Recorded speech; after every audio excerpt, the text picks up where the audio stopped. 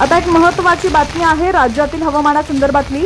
महाराष्ट्रात मान्सूनने सक्रिय प्रवेश केल्यानंतर कोकण, घाटमाथा, मध्य महाराष्ट्र आणि पूर्व विदर्भात ठिकठिकाणी पावसाच्या सरी कोसळतायत। मात्र पावसाचा जोर काहीसा कमी होण्याची चिन्ह हवामान विभागाने व्यक्त केली आहे। आज 19 जून रोजी रायगड, रत्नागिरी, सिंधुदुर्ग, सातारा व पुणे जिल्ह्यांच्या घाटमाथ्यावर मुसळधार पावसाचा इशारा देण्यात आलेला असून ऑरेंज अलर्ट जारी करण्यात आला आहे। तसंच मराठवाडा व विदर्भात विजांसह वादळी पावसाची शक्यता असल्यामुळे येलो अलर्ट देण्यात आला आहे। मुंबईसह ठाणे, पालघर, कोल्हापूर व नाशिक घाटमाथ्यालाही याच यादीत समाविष्ट करण्यात आले।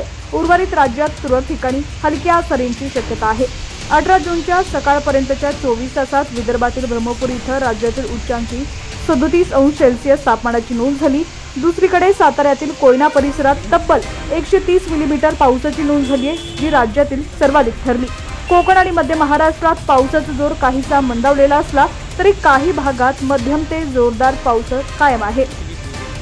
गुजरात व परिसरातील कमी दाबाचं क्षेत्र राजस्थानकडे सरकलेलं आहे। पश्चिम बंगाल आणि लगतच्या भागात तयार झालेलं दुसरे कमी दाबाचं क्षेत्र आता झारखंडच्या दिशेने सरकत आहे।